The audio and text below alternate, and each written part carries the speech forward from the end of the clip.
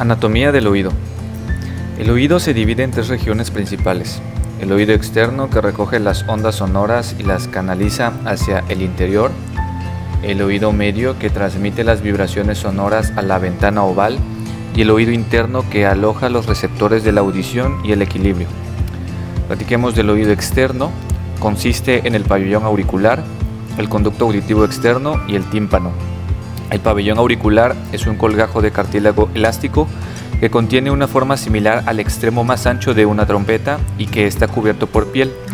El borde del pabellón auricular se denomina hélix.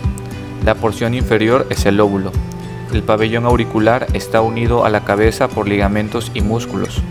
El conducto o el meato auditivo externo es un conducto curvo de alrededor de 2.5 centímetros de largo que se encuentra en el hueso temporal y se extiende desde el pabellón auricular hasta el tímpano. El tímpano o membrana timpánica es un tabique fino y semitransparente, interpuesto entre el conducto auditivo externo y el oído medio. La membrana del tímpano está cubierta por epidermis y revestida por epitelio plano simple. Entre las capas epiteliales hay tejido conectivo compuesto por colágeno, fibras elásticas y fibroblastos. La rotura de la membrana del tímpano se denomina perforación timpánica. Puede producirse por la presión ejercida por un hisopo de algodón, un traumatismo o una infección en el oído medio y generalmente se cura en un mes.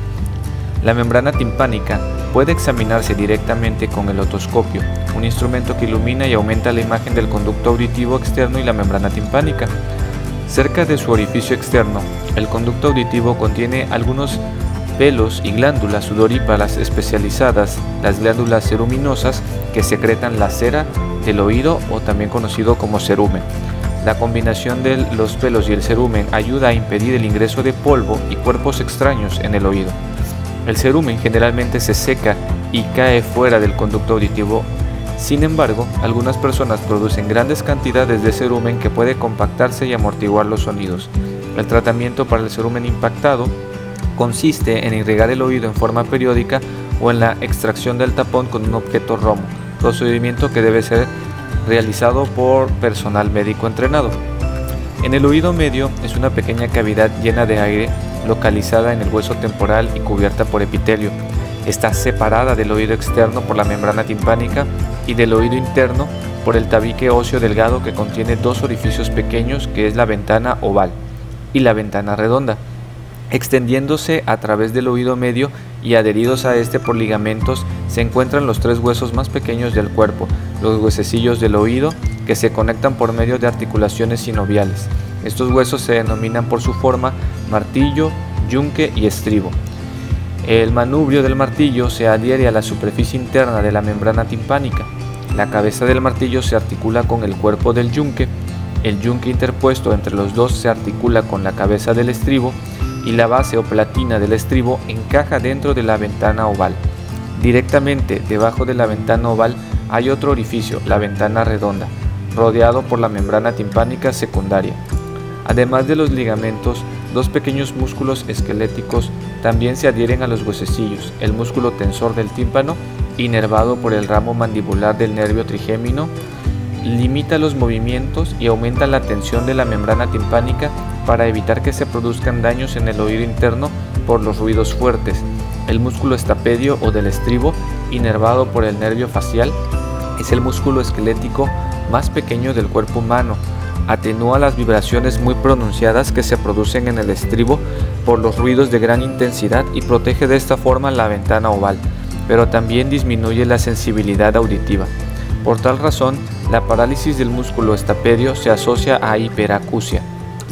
Dado que los músculos tensor del tímpano y estapedio demoran una fracción de segundo en contraerse, pueden proteger el oído interno de ruidos fuertes prolongados, pero no de los repetidos como el disparo de un arma de fuego. La pared anterior del oído interno contiene una abertura que conduce directamente hacia la trompa auditiva, comúnmente conocida como trompa de Eustaquio. La trompa de Eustaquio, constituida tanto por hueso como por cartílago hialino, conecta el oído medio con la nasofaringe. En condiciones normales permanece cerrada por su extremo interno, la parte faríngea. Durante la deglución y el bostezo, el conducto se abre y permite que el aire pueda salir del oído medio o ingresar en este. hasta que su presión se equilibre con la presión atmosférica. Casi todos nosotros hemos percibido una especie de chasquido cuando las presiones se igualan. Cuando las presiones están equilibradas, las membranas del tímpano vibran libremente en respuesta a las ondas sonoras que la alcanzan. Si las presiones no se igualan, se puede producir un dolor intenso, dificultades en la audición, zumbidos en el oído y vértigo. La trompa auditiva también es una vía que suelen utilizar diferentes microorganismos patógenos para desplazarse desde la nariz y la garganta hasta el oído medio, donde causan el tipo más frecuente de infección de oído, otitis media por ejemplo. En el oído interno, que también se denomina laberinto por su complicada serie de conductos, estructuralmente consiste en dos divisiones principales: un laberinto óseo externo que envuelve a un laberinto membranoso interno. El laberinto óseo está constituido por cavidades en el hueso temporal, divididas en tres áreas: conductos semicirculares, vestíbulo, que contienen receptores para el equilibrio, y la cóclea, que contiene receptores para la audición. El laberinto óseo está revestido por periósteo y encierra la perilinfa. Este líquido, que tiene una composición química similar a la del líquido cefalorraquídeo, rodea el laberinto membranoso, una sucesión de sacos y conductos dentro del laberinto óseo con la misma forma de este. El laberinto membranoso está revestido por epitelio y contiene la endolinfa. El nivel de iones de potasio en la endolinfa es anormalmente alto para un líquido extracelular y desempeña una función importante en la generación de las señales auditivas. El vestíbulo es la porción central oval del laberinto óseo. El laberinto membranoso en el vestíbulo consta de dos sacos denominados utrículo y sáculo, que están conectados por medio de un pequeño conducto. Desde el vestíbulo se proyectan en dirección superior y posterior tres conductos semicirculares óseos, cada uno dispuesto en ángulo recto con respecto a los otros dos. De acuerdo a su posición, se denominan anterior o superior, externo o posterior y lateral. Los conductos semicirculares anterior y posterior están orientados verticalmente. El lateral es horizontal. En uno de los extremos de cada conducto hay un ensanchamiento denominado ampolla. Los sectores del laberinto membranoso que se encuentran dentro de los conductos semicirculares óseos son los conductos semicirculares membranosos. Estas estructuras se conectan con el utrículo del vestíbulo.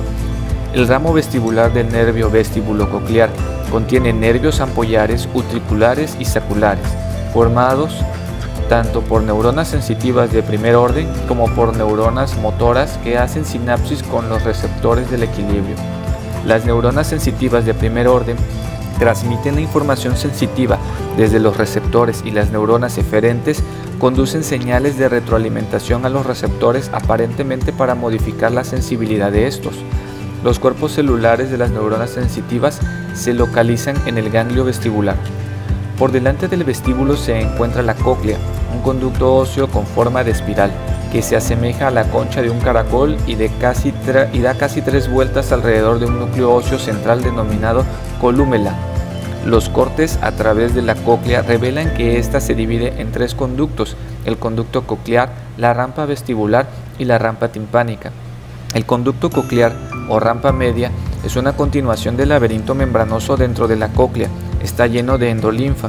El conducto situado por encima del coclear es la rampa vestibular, que termina en la ventana oval.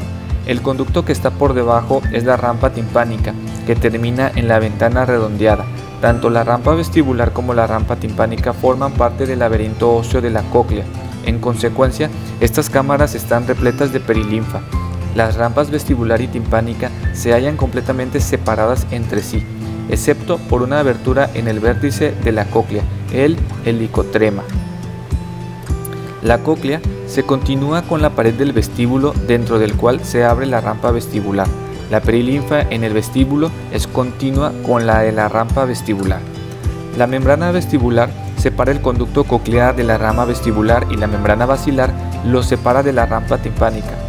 Sobre la membrana basilar descansa el órgano espiral u órgano de Corti. El órgano espiral es una lámina enrollada de células epiteliales con células de sostén y alrededor de 16.000 células ciliadas, que son los receptores para la audición. Hay 2 grupos de células ciliadas. Las células ciliadas internas están distribuidas en una sola hilera, mientras que las células ciliadas externas se disponen en 3 hileras. En la zona apical de cada célula ciliada hay un haz de cilias constituidos por entre 40 y 80 esterocilias que se extienden en la endolinfa del conducto coclear. A pesar de su nombre, las esterocilias son en realidad microvellosidades largas parecidas a un pelo que se distribuye en varias hileras en diferentes alturas. En sus extremos basales, tanto las células ciliadas internas como las externas hacen sinapsis con neuronas sensitivas de primer orden y con neuronas eferentes del ramo coclear del nervio vestibulococlear. Los cuerpos celulares de las neuronas sensitivas se localizan en el ganglio espiral. A pesar de que la relación numérica entre las células ciliadas externas e internas es de 3 a 1, las células ciliadas internas hacen sinapsis con entre el 90 y el 95% de las neuronas sensitivas de primer orden en el nervio coclear, que retransmiten la información auditiva al cerebro.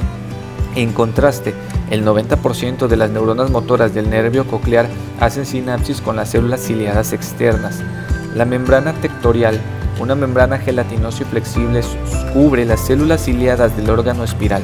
En realidad, los extremos de las esterocilias de las células ciliadas están incluidas en la membrana tectorial, mientras que los cuerpos de estas células descansan sobre la membrana basal. La naturaleza de las ondas sonoras. Para poder entender la fisiología de la audición, primero es necesario considerar someramente sus diferencias que se producen en forma de ondas sonoras. Las ondas sonoras son regiones alternantes de alta y baja presión que se propagan en la misma dirección a través de algún medio, como el aire, por ejemplo.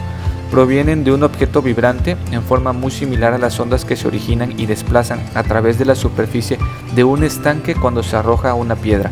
La frecuencia de una vibración sonora determina su tono. Cuanto más alta sea la frecuencia, más alto será el tono. Los sonidos que el oído humano puede oír con más precisión son aquellos que provienen de fuentes que vibran con frecuencia entre los 500 y los 5000 Hz. El rango de frecuencias audibles se extiende desde los 20 a los 20.000 Hz. Los sonidos del habla contienen fundamentalmente frecuencias comprendidas entre los 100 y los 3000 Hz, y el do de pecho, por ejemplo, emitido por un soprano al cantar, tiene una frecuencia dominante de 1048 Hz. Los ruidos de un avión jet a varios kilómetros de distancia oscilan entre los 20 y los 100 Hz. Cuanto mayor sea la intensidad, tamaño, amplitud de las vibraciones, más fuerte será el sonido. La intensidad de un sonido se mide en decibeles. Un aumento de 1 decibel representa un incremento de 1 décimo en la intensidad del sonido. El umbral auditivo, que es el punto en el cual un adulto joven promedio puede distinguir apenas entre un sonido y el silencio, se define como 0 decibeles, a una frecuencia de 1000 Hz. El crujido de las hojas tiene un nivel de decibeles de 15, un susurro de 30, una conversación normal 60, una aspiradora 75, un grito 80 y una motocicleta cercano a los 90. Un sonido se vuelve molesto para el oído normal en torno a los 120 decibeles y es doloroso por encima de los 140 decibeles.